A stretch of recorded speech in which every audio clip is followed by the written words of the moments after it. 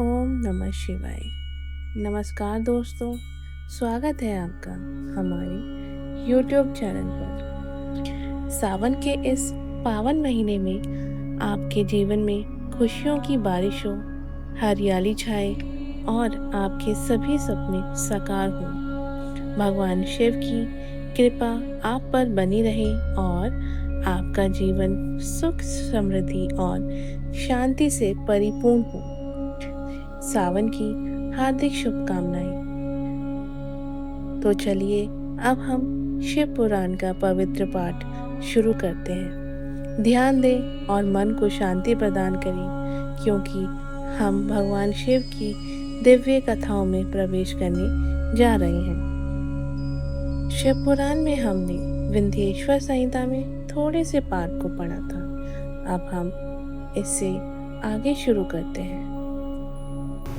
ब्रह्मा जी का अभिमान भंग। श्री नंदिकेश्वर बोले। इसके पश्चात शिवजी ने अपनी भौहों के बीच से भैरव को प्रकट किया। भैरव ने प्रकट होकर भगवान शिव से पूछा, मेरे लिए क्या आज्ञा है? ब्रह्मा जी पर क्रोध करते हुए भगवान शंकर ने भैरव से कहा, तुम अपनी पैनी तलवार से ब्रह्मा जी की सेवा करो। शिव जी की आज्ञा पाते ही भैरव ने ब्रह्मा जी के केशों को पकड़ लिया। भैरव ने ब्रह्मा जी के 5वें मुख को, जिससे उन्होंने असत्य बोला था, काट दिया। अन्य सिरों को काटने के लिए भैरव जैसे ही तैयार हुआ, ब्रह्मा जी शिव जी के चरणों में गिरकर क्षमा याचना करने लगे। विष्णु जी ने भी भगवान शिव के चरणों में गिरकर ब्रह्मा जी को क्षमा करने की प्रार्थना करने लगे। हे भगवान, आपने प्रारंभ में ब्रह्मा जी को 5 सिर प्रदान किए थे। अब इनका 1 सिर कट चुका है। अब आप इन पर प्रसन्न हो जाइए। भैरव ब्रह्मा जी को छोड़कर बोले, हे ब्रह्मा, तुमने अपनी प्रतिष्ठा और ईश्वर तत्व के लिए छल कपट किया है, इसलिए तुम सत्कार, स्थान और उत्सवों से विहीन किए जाते हैं। ब्रह्मा जी शिवजी से वरद और स्वामी कहकर अपना 5वां सिर मांगने लगे। इस पर शिवजी ने कहा, अराजकता के डर से मैं संसार की स्थिति बिगड़ने नहीं दूंगा। हे पुत्र, जो अपराधी है उसे तुम दंड प्रदान करो। तुम गणों की अधिपति होकर रहो, लोक मर्यादा का पालन करो। इसके पश्चात शिवजी ने केतकी के फूल से कहा, तू भी झूठ में शामिल है, अतः तू भी मेरी पूजा के योग्य नहीं है। शिवजी के गणों ने केतकी को दूर भगा दिया। केतकी शिवजी से हाथ जोड़कर बोली, हे स्वामी, मुझे माफ करने की कृपा करिए। हे प्रभु, आपकी कृपा से कुछ भी दुर्लभ नहीं है। शिवजी बोले, मेरा वचन कभी मिथ्या नहीं हो सकता। मैं अब तुम्हें स्वीकार नहीं कर सकता, परंतु मेरे भक्त तुम्हें स्वीकार करते रहेंगे। इस प्रकार तुम्हारा जन्म सफल हो जाएगा। मेरे मंडप की रचना में तुम शिरमोर ही रहोगी। इस प्रकार भगवान शिव, ब्रह्मा, केतकी और विष्णु पर कृपा करके देवों के पास पधारे। देवताओं ने शिवजी का पूजन कर स्तुति की। पुनः शिवजी अपनी सभा में जा बैठे। ब्रह्मा जी और विष्णु जी हाथ जोड़कर शिवजी के अगल बगल में खड़े होकर स्तुति करने लगे। इससे शिवजी प्रसन्न होकर उनसे बोले, तुमने आज महान दिन पर मेरी पूजा की है।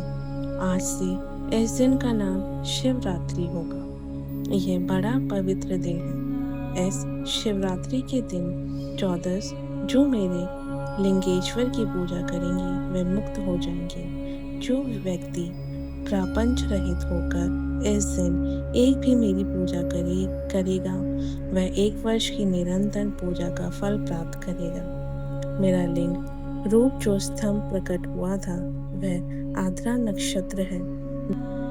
जो व्यक्ति मार्गशीर्ष माह में आद्रा नक्षत्र में उमा सहिता मेरी पूजा, मेरी रूप लिंग या बैर लिंग में करेगा अथवा दर्शन प्राप्त करेगा, वह मुझे कार्तिकेय के समान परम प्रिय होगा। शिवरात्रि पर दर्शनों का ही महान फल है। पूजन से जो फल प्राप्त होगा उसका मुख्य से वर्णन के नहीं किया जा सकता। तुम दोनों ब्रह्मा विष्णु की युद्ध भूमि में जहाँ मेरा लिंग स्तंभ प्रकट हुआ है वह अरुणाचल के नाम से प्रसिद्ध होगा, जहाँ पर शरीर छोड़ने वाले व्यक्तियों की मुक्ति अवश्य प्राप्त होगी। जो व्यक्ति मुझ परमेश्वर की लिंगेश्वर रूप में पूजा करेंगे उन्हें चारों प्रकार की मुक्ति प्राप्त होगी। भगवान शिव जी की बात सुनकर ब्रह्मा जी एवं विष्णु जी ने कहा, आप हमें सर्ग आदि के 5 कृत्य के लक्षण बताओ। शिव जी ने बताया, सृष्टि, स्थिति, अहंकार, तिरोभाव और अनुग्रह में मेरे 5 प्रकार के कर्म संसार में नित्य सिद्ध हैं। इन्हें संसार की प्रारंभ करने को सर्ग कहते हैं, उनके स्थिर रखने को स्थिति और नष्ट करने को संहार कहते हैं। इधर उधर बदलने की तिरोभाव और संसार से युक्त मुक्ति को अनुग्रह कहते हैं। इस प्रकार ये मेरे 5 कृत्य हैं। इन 5 कृत्यों को चलाने के लिए मेरे 5 मुख हैं। 4 दिशाओं में 4 मुख और मध्य में 5वां मुख स्थित है, जिसे केवल विद्वान व्यक्ति ही जानते हैं। 5वें कृत्य अनुग्रह को कोई भी नहीं पा सका है। तुम भी उस कर्म को भूल गए हो। तुम में मूर्ता आ गई थी। अब तुम यदि चाहो तो मेरा ओंकार नाम का मंत्र का जाप करो, इससे तुम्हारे अंदर का अभिमान नष्ट हो जाएगा। तब भगवान शिव जी ने ब्रह्मा व विष्णु जी को उत्तर की ओर मुंह करके ओंकार का उपदेश दिया। तब ब्रह्मा जी व विष्णु जी ने नमस्कार करके उनकी स्तुति इस प्रकार की, हे सर्वेश्वर, आपको नमस्कार है। इस संसार का निर्माण करने के लिए पंचमुख वाले आपको हमारा प्रणाम है। गुरुदेव भगवान शिव ने प्रसन्न होकर कहा, तुमने मेरे सभी तत्वों का वर्णन कर मंत्र भी बतला दिया है। इसका जाप करके तुम मुझे प्रत्यक्ष जान सकोगे। यह मंत्र भाग्य विधायक और ज्ञान देने वाला है। इससे मेरे पद की प्राप्ति होगी। इस प्रकार उपदेश देकर शिव जी वहां से अंतर ध्यान हो गए। श्री सूत जी ने ऋषियों को बताया, गंगा आदि पवित्र नदियों के तट पर या अन्य किसी भी जगह शिवलिंग की स्थापना की जा सकती है। यह समझ लेना चाहिए कि शिवलिंग का पूजन प्रतिदिन होते रहना चाहिए। पृथ्वी संबंधी द्रव्य जल से निर्मित अर्थात धातु आदि से बने शिवलिंग की स्थापना इच्छा अनुसार करें। चल मूर्ति छोटी और अचल मूर्ति बड़ी बनानी चाहिए। मिट्टी, पत्थर और लोहा आदि के सांचे से इन्हीं धातुओं को 12 अंगुल का लिंग का निर्माण करना चाहिए। लिंग या मूर्ति दोनों ही की पूजा शिव पद के देने वाली है। कोई कोई भक्त शिव जी की गोद में उमा को बैठाकर उनकी पूजा करते हैं। गुरु से पूछकर स्नान कर भस्म लगाकर नैवेद्य से पूजन करना चाहिए। पंचाक्षर मंत्र ओम नमः शिवाय के जप में प्रणव लगाना चाहिए। फल प्राप्ति हेतु गुरु से दीक्षा अवश्य लें। गुरु ज्ञानवान तथा जाति से ब्राह्मण होना आवश्यक है। जो व्यक्ति 5 करोड़ पंचाक्षर मंत्र जप ले वह सदाशिव रूप हो जाता है। ब्राह्मण को प्रतिदिन 1008 गायत्री मंत्र का जाप करना चाहिए। ओंकार मंत्र को 1000 बार जाप करने से मनोरथ सिद्ध होता है। शिव क्षेत्र में 100 गुना फल प्राप्त होता है। जहाँ पर शिवलिंग को स्थापित किया जाता है वहाँ से 100 हाथ तक चारों ओर की भूमि पवित्र होती है। वह पुण्य क्षेत्र कहलाता है। इतना सुनकर ऋषियों ने सूत जी से पूछा, अब आप हमें इससे पुण्य क्षेत्रों का वर्णन संक्षेप में बताने की कृपा करें। जिनका आश्रय पाकर स्त्री पुरुष परम शिव पद को प्राप्त कर लेते हैं। इनका आगमन कैसे हुआ यह भी बताने की कृपा करें। गंगा इत्यादि नदियों के तटों पर अनेक तीर्थ हैं। सरस्वती नदी भी पवित्र नदी है। इसके तट पर रहने वाले व्यक्ति ब्रह्म पद को प्राप्त करते हैं।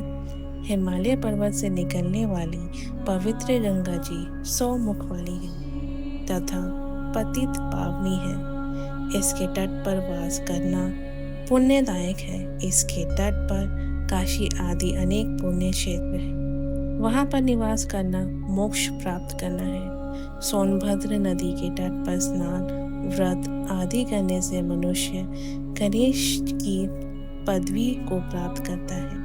24 मुख वाली नर्मदा नदी के तट पर निवास करने वाला व्यक्ति वैष्णव पद को प्राप्त होता है। जो व्यक्ति तमसा रेवा गोदावरी आदि नदियों के तट पर वास करता है वह ब्रह्महत्या आदि से छूट जाता है।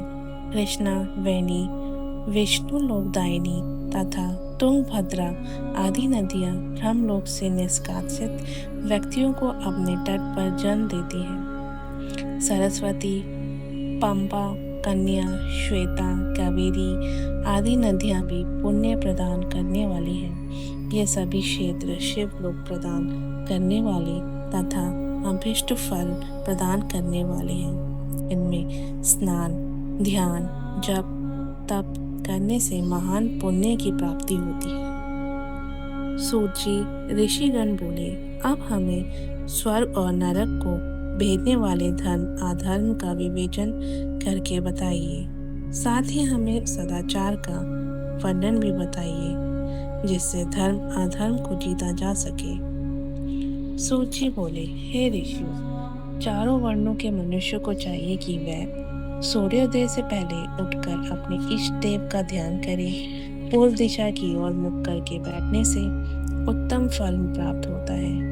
उषा काल में शौच आदि से निवृत्त होकर दातुन कर स्नान करें। इस नदी में कमर तक या कंठ तक खड़े होकर स्नान करना चाहिए। घुटने तक के जल में स्नान करना पड़े तो मंत्र बोलकर स्नान करना चाहिए। इसके पश्चात तीर्थ के जल से वहां के देवों और अपने इष्ट देवों को संतुष्ट करें। वस्त्र पहनकर पितरों का तर्पण करें। आचमन संध्या उपासना करके गायत्री का जप करें। तीनों समय प्रातः दोपहर और सायंकाल में संध्या करें। सायंकाल की संध्या पश्चिम की ओर मुख कर करें। उंगलियों के छिद्रों से सूर्य को अस्त होता हुआ देखें। प्रदक्षिणा का शुद्ध आचमन करें।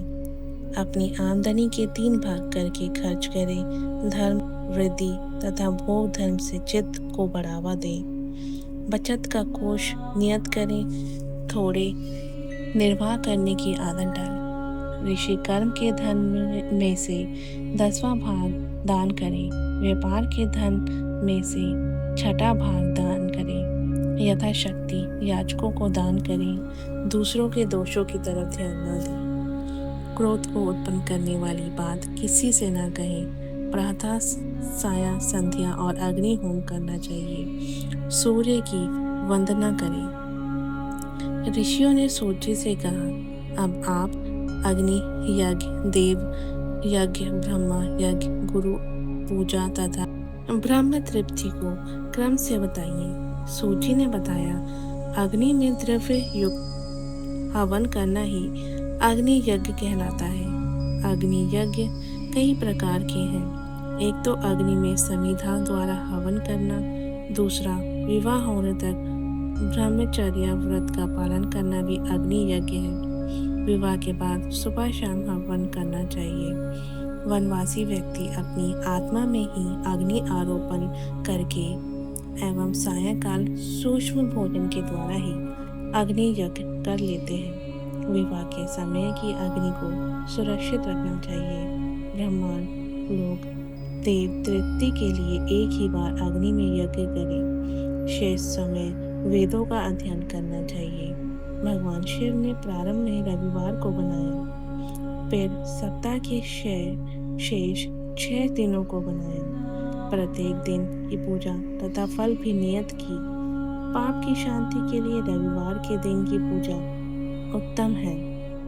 लक्ष्मी की प्राप्ति के लिए सोमवार का दिन, रोगों की शांति के लिए मंगलवार की पूजा तथा काली आदि का भजन पूजन करें। बुधवार को विष्णु जी का पूजन करें। गुरुवार को आयु की वृद्धि के लिए पूजन करें। शुक्रवार को भोगों के इच्छुक व्यक्ति व्रत रखें। शनिवार को इंद्रिय विजयी होकर स्त्री प्राप्ति के लिए पूजन करें। सूची से ऋषिगण बोले, अब आप पूजा के योग्य स्थान व काल का निरूपण कीजिए। सूची ने बताया, देव आदि यज्ञ में शुद्ध ग्रह बराबर फल देने वाला होता है। उससे 10 गुना गौओं को बांधने वाली जगह, उससे 10 गुना जल का किनारा, उससे 10 गुना बैल का वृक्ष, पीपल की जड़, गंगा, गोदावरी, कावेरी कही गई है। इनका तट परम उत्तम होता है। उससे 10 गुना पर्वत की चोटी पर होता है। सबसे उत्तम तो वह जगह है जहाँ पर मन रम जाए। शुद्ध हृदय से किया हुआ कर्म सब जगह और सब काल में पुण्य प्रदान करता है। संक्रांति और ग्रहण में तो 10 गुना फल प्राप्त होता है। तपोनिष्ठ योगी यति की पूजा करनी चाहिए। ब्राह्मण पूजा के पात्र होते हैं। यदि वेद पाठी गायत्री मंत्र जपने वाला ब्राह्मण हो तो उसे दान देने पर वैकुंठ की प्राप्ति होती है। शिव भक्त ब्राह्मण को दान देने पर कैलाश की प्राप्ति होती है। स्त्री पुरुष कोई भी भूखा हो वही अन्नदान का पात्र। इच्छा वाले को दान देने पर अभीष्ट फल की प्राप्ति होती है। जैसे भी हो, थोड़ा बहुत देव अर्पण किया हुआ दान अनंत फल को प्राप्त होता है। मनुष्य को तप और दान दोनों को करते रहना चाहिए। देवताओं की तृप्ति से सभी भोग मिलते हैं। ईश्वर अर्पण बुद्धि से दान करने पर मोक्ष की प्राप्ति होती है। सूची ने बताया, हे महर्षियों, मिट्टी द्वारा निर्मित प्रतिमा का पूजन करने से सभी के मनोरथ पूर्ण होते हैं। मिट्टी नदी, तालाब या जलाशय अथवा कुएं की होनी चाहिए। इस मिट्टी में सुगंधित वस्तु का चूर्ण मिलाकर मंडप में बैठकर दूध मिलाकर प्रतिमा का अपने हाथों से निर्माण करना चाहिए। गणेश, शिव, पार्वती, सूर्य, विष्णु की प्रतिमा बनाकर आदरपूर्वक पूजन करें। जो व्यक्ति षोडशोपचार से शिवजी का पार्थिव पूजन करता है उसकी सभी मनोकामनाएं पूरी हो जाती हैं। ब्राह्मण का चाहिए कि स्वयं प्रकट लिंग पर 5 किलोग्राम और किसी अन्य द्वारा स्थापित लिंग पर 3 किलोग्राम नैवेद्य चढ़ाए। ऐसा पूजन करने वाला ब्राह्मण सत्यलोक में जाता है। 12 अंगुल चौड़ा तथा 25 अंगुल लंबा लिंग प्रमाणित माना जाता है। लिंग के अभिषेक से आत्मा शुद्धि, गंध से पुण्य की प्राप्ति, नैवेद्य से आयु में वृद्धि और मन की तृप्ति होती है। दीप से ज्ञान, तांबूल से भोगों और धूप देने वाले धन की प्राप्ति होती है। नमस्कार और जप से सभी सिद्धि प्राप्त होती है। इसलिए पूजा करने के बाद यह अवश्य करना चाहिए। मानसिक पूजन में भी इसे अवश्य करें। प्रणव पंचाक्षरों का महत्व। प्रणव का अर्थ है प्र, पंच, न, नहीं और व, तुम में अर्थात तुम में प्रपंच नहीं। प्रणव माया से रहित सदैव नवीन है। यह स्थूल 2 प्रकार का है। इसका एकांत में जप करने से भोगों की प्राप्ति होती है। जो व्यक्ति इसका 36 करोड़ जाप कर लेता है वह योगी कहलाता है। यह अकार, उकार एवं मकार, विंद और नाद के साथ शब्द काल कला से युक्त है, अर्थात असम इन 3 दीर्घ अक्षरों और मात्राओं से युक्त प्रणव होता है। यह योगियों के हृदय में निवास करता है। यही शिव शक्ति की एकता और तत्व स्वरूप है। यह दीर्घ जप द्वारा मोक्ष देता है। ओम का महत्व। वेद मंत्रों के प्रारंभ में तथा दोनों समय संध्या करते समय ओम का प्रयोग करना चाहिए। ओम का 9 करोड़ जप करने पर व्यक्ति पूर्ण रूप से शुद्ध हो जाता है। पंचभूतों से निर्मित भी प्रत्येक व्यक्ति के लिए 9 करोड़ जप करना चाहिए। जितेंद्रिय पुरुष 5 करोड़ जप करें। ऐसा करने से व्यक्ति शिवलोक को जाता है। महात्माओं का कहना है कि शिव कृपा के बिना शिवलोक की जानकारी प्राप्त नहीं हो सकती। जो व्यक्ति अपने गुरु द्वारा प्राप्त पंच अक्षर का 5 लाख जप करता है उसकी आयु बढ़ जाती है। स्त्री स्त्रीत्व से छुटकारा और क्षत्रिय क्षत्रियत्व से छूटकर ब्राह्मण बन जाता है। वैश्य क्षत्रिय बन जाता है। शूद्र केवल इसका 25,000 जप करने से शुद्ध बन जाता है। यह मंत्र शिव स्वरूप है। जो इसे ग्रहण कर लेता है वह शिव स्वरूप बन जाता है। शिव पुराण विद्वानों को आनंद देने वाला है। इस अध्याय का अध्ययन करने से शिव जी की अद्भुत कृपा और सिद्धि प्राप्त हो जाती है। ऋषि बोले, हे सूत जी, हमें यह बताने की कृपा करें कि बंधन और मोक्ष क्या है। सूत जी ने बताया, प्रकृति के 8 बंधन हैं। मन, बुद्धि, अहंकार तथा 5 तन मात्राएं, ये 8 प्रकृति हैं। इन 8 में से शरीर है। इन्हीं से सभी कर्म हैं। शरीर से कर्म और कर्म से शरीर, यही चक्र लगातार चलता रहता है। शरीर 3 प्रकार के हैं, स्थूल, सूक्ष्म और कारण। स्थूल शरीर व्यापार करता है। सूक्ष्म शरीर इंद्रियों का भोग करता है तथा कारण शरीर आत्मा का भोग करता है। इसी से सुख दुख की प्राप्ति होती है। जीव कर्म रूपी डोर से बंधकर 3 ध्येययुक्त चक्र आकार घूमता रहता है। जब चक्रकर्ता व्यक्ति शिव जी का पूजन करता है तो वह इससे मुक्ति पा सकता है। शिव ही 8 को वश में किए हुए हैं। जो प्राणी शिव जी की बैल या लिंग में पूजा करते हैं उन पर शिव जी प्रसन्न रहते हैं। वैसे तो लिंग अनेक हैं, परंतु स्वयं भूलिंग, बिंदुलिंग, प्रतिष्ठित लिंग तथा 4 लिंग एवं 5वां गुरुलिंग, इन 5 लिंगों की पूजा करनी चाहिए। शिव भक्त को अपवित्रता तथा सूतक नहीं लगते। पहले गणेश जी का पूजन करके प्रतिदिन शिव जी का पूजन करना चाहिए। शिव जी के पूजन से प्राणी को दैहिक, दैविक और भौतिक ताप शांत हो जाता है। महर्षि सूत जी से बोले, अब आप हमें पार्थिव महेश्वर की महिमा का वर्णन कीजिए जो आपने व्यास जी से सुनी है। सूत जी ने बताया, पार्थिव लिंग सब लिंगों में श्रेष्ठ है। इसका पूजन करने से अनेक लोगों को सिद्धि प्राप्त हो गई है। इनमें ब्रह्मा, विष्णु, सुर, असुर, गंधर्व प्रमुख हैं जिन्हें सिद्धि प्राप्त हुई है। सतयुग में रत्न का, त्रेता युग में स्वर्ण का, द्वापर युग में पारे का और कलि युग में पार्थिव युग का निर्माण करना चाहिए। पार्थिव मूर्ति का पूजन करने से तप से भी अधिक फल प्राप्त होता है। जिस प्रकार गंगा जी सब नदियों में श्रेष्ठ है, उसी प्रकार पार्थिव लिंग सब लिंगों में से श्रेष्ठ है। मंत्रों से ओंकार महान है। वर्णों में ब्राह्मण श्रेष्ठ है। पुरियों में काशी श्रेष्ठ है। व्रतों में शिवरात्रि का व्रत श्रेष्ठ है। शक्तियों में शिव शक्ति श्रेष्ठ है। इसी प्रकार लिंगों में पार्थिव लिंग सर्वश्रेष्ठ है। जो व्यक्ति पार्थिव लिंग का जीवन पर्यंत पूजन करता है वह शिवलोक में जाने का अधिकारी बन जाता है।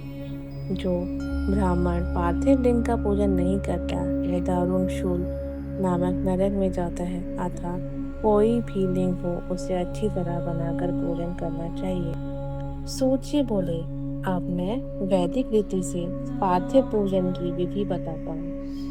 पहले विधि पूर्वक स्नान करें, फिर विधि पूर्वक संध्या करके ब्रह्म यज्ञ करें, फिर तर्पण करें। सभी नित्य कर्म करके भस्म और रुद्राक्ष धारण करना चाहिए।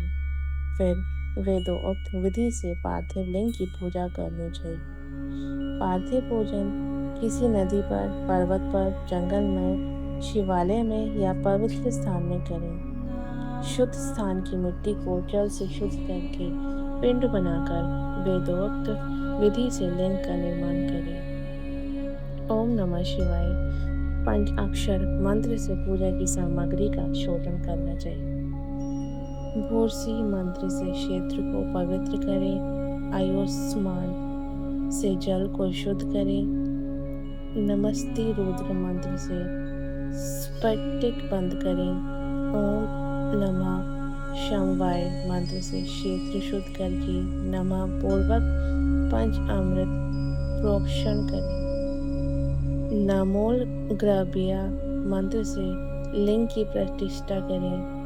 एत तुर द्राय से आसान प्रदान करें। नमो महंताय से आह्वान करें। इसके बाद भक्ति पूर्वक वैदिक सूक्त से षोडशोपचार पूजन करें। अनेक छंदों से महादेव जी का स्तुति करें। इसके बाद साष्टांग दंडवत करें।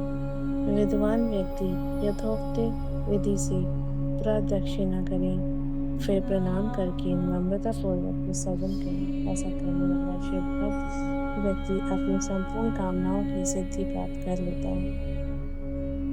सूत जी बोले, हे महर्षियों, पार्थिव लिंगों की संख्या कामना के अनुसार बताई गई है। जो विद्यार्थी है वे 1000 पार्थिव लिंगों का पूजन करें। धन प्राप्त करने के इच्छुक व्यक्ति 500 पार्थिव लिंगों का निर्माण कर उनका पूजन करें।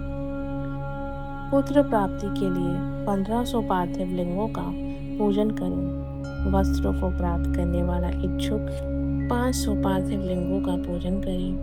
मोक्ष चाहने वाला व्यक्ति 1 करोड़, भूमि का इच्छुक व्यक्ति 1000, दया प्राप्त करने का इच्छुक व्यक्ति 3000 और तीर्थों की कामना करने वाले व्यक्ति को 2000 पार्थिव लिंगों का पूजन करना चाहिए। पार्थिव लिंगों की पूजा करोड़ों यज्ञों का फल देने वाला है। जिस व्यक्ति का समय शिवलिंग की पूजा किए बिना व्यतीत होता है वह दुरात्मा माना जाता है। शिवलिंग का पूजन करने से संपूर्ण स्थावर जंगम पूजित हो जाते हैं। इस संसार रूपी सागर से तरने का इससे सुंदर कोई दूसरा उपाय नहीं है। भस्म के अभाव में मिट्टी का त्रिपुंड धारण करके पूजन करना चाहिए। रुद्राक्ष की माला तथा बेलपत्र के बिना पूजन न करें। शिव जी के अनन्य भक्त दृढ़ निश्चय और सत्य प्रति शिव नैवेद्य भक्षण अवश्य करता है। शिव जी के नैवेद्य को पाकर तो पाप दूर भाग जाते हैं। शिव नैवेद्य को भक्षण करने पर अनेकों पुण्य प्राप्त होते हैं। उसे अरबों खरबों यज्ञ से भी अधिक शिव सायुज्य की प्राप्ति होती है। जिसके घर में शिव नैवेद्य का प्रचार होता रहता है उसका सारा घर ही पवित्र हो जाता है। इसलिए शिव नैवेद्य लेकर खुशी खुशी उसे भक्षण करें। शिव नैवेद्य को ग्रहण करने से ब्रह्म हत्या भी मुक्ति पा जाता है। वुनालिंग, लोहलिंग, सिद्धिलिंग और स्वयंभूलिंग में तथा समस्त प्रतिमाओं में चांडाल का अधिकार नहीं है। लिंग के ऊपर का द्रव्य आग्रह्य होता है, परंतु जो लिंग स्पर्श से अलग है वह ग्राह्य है।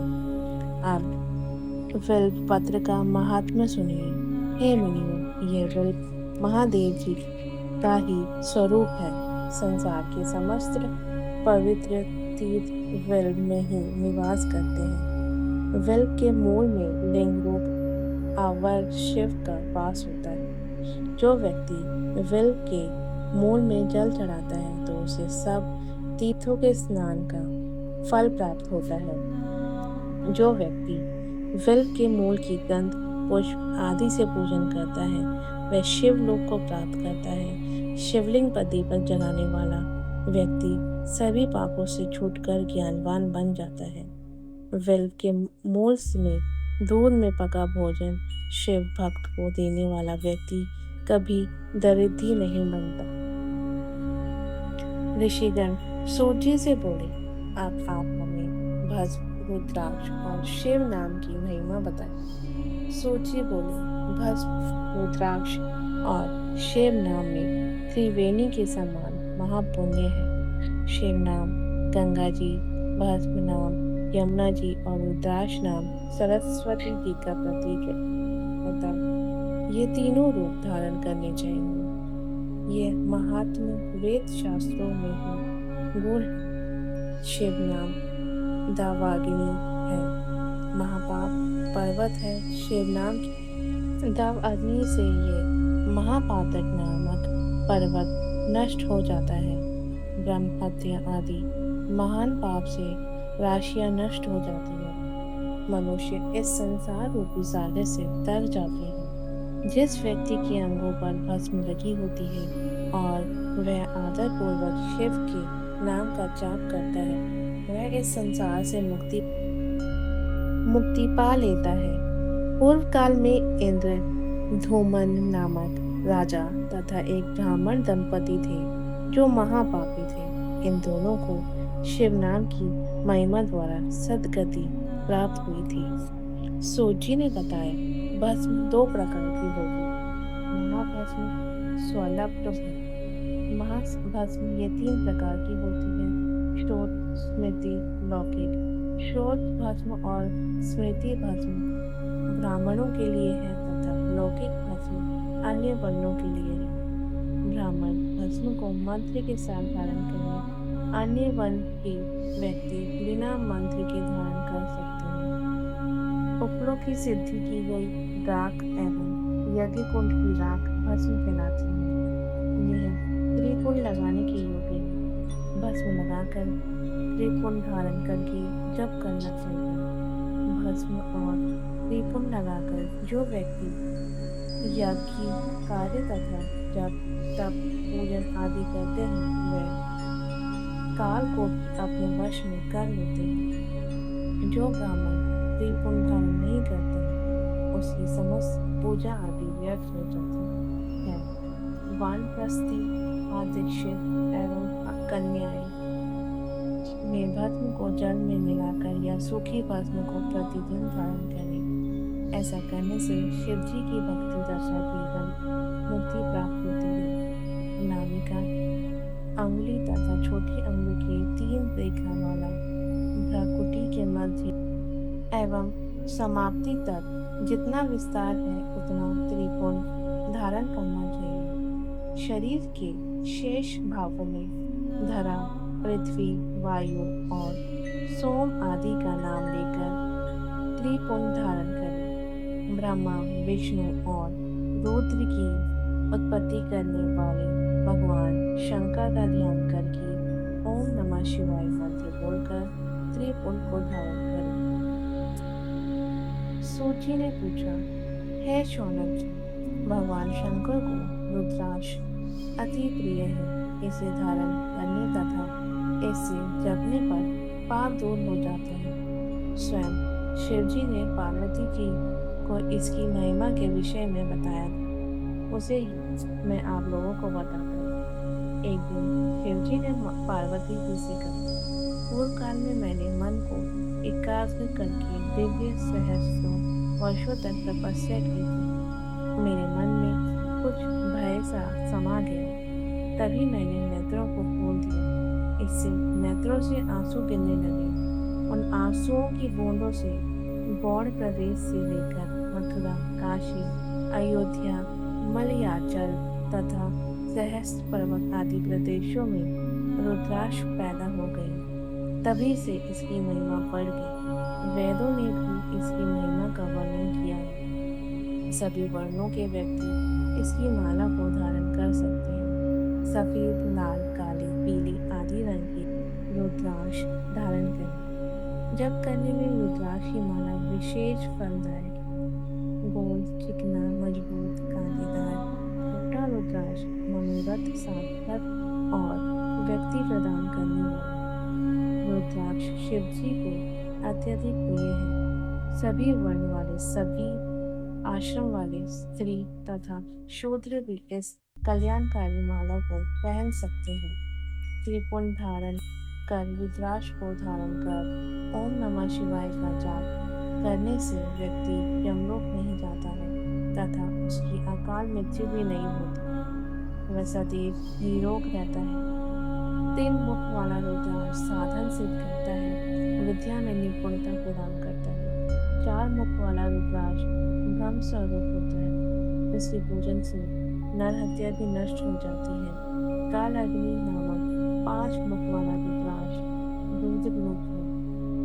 यह रुद्राक्ष सभी कामनाएं पूर्ण करने वाला और मोक्ष प्राप्त करने वाला है। रुद्राक्ष 14 मुख तक के होते हैं जो विभिन्न देवताओं के प्रतीक हैं और अनेक कामनाओं को सिद्ध करने वाले तथा मोक्ष प्रदान करने वाले होते हैं। इस प्रकार हमने विंध्येश्वर संहिता खंड को पूरा किया। हमें आशा है कि आपको यह जानकारी पसंद आई होगी। भगवान शिव की कृपा आप पर बनी रहे। अगर आपको यह वीडियो पसंद आया हो तो कृपया लाइक करें, शेयर करें और हमारे चैनल को सब्सक्राइब करना ना भूलें। अगले वीडियो में फिर मिलेंगे एक नई कथा और जानकारी के साथ। तब तक के लिए ओम नमः।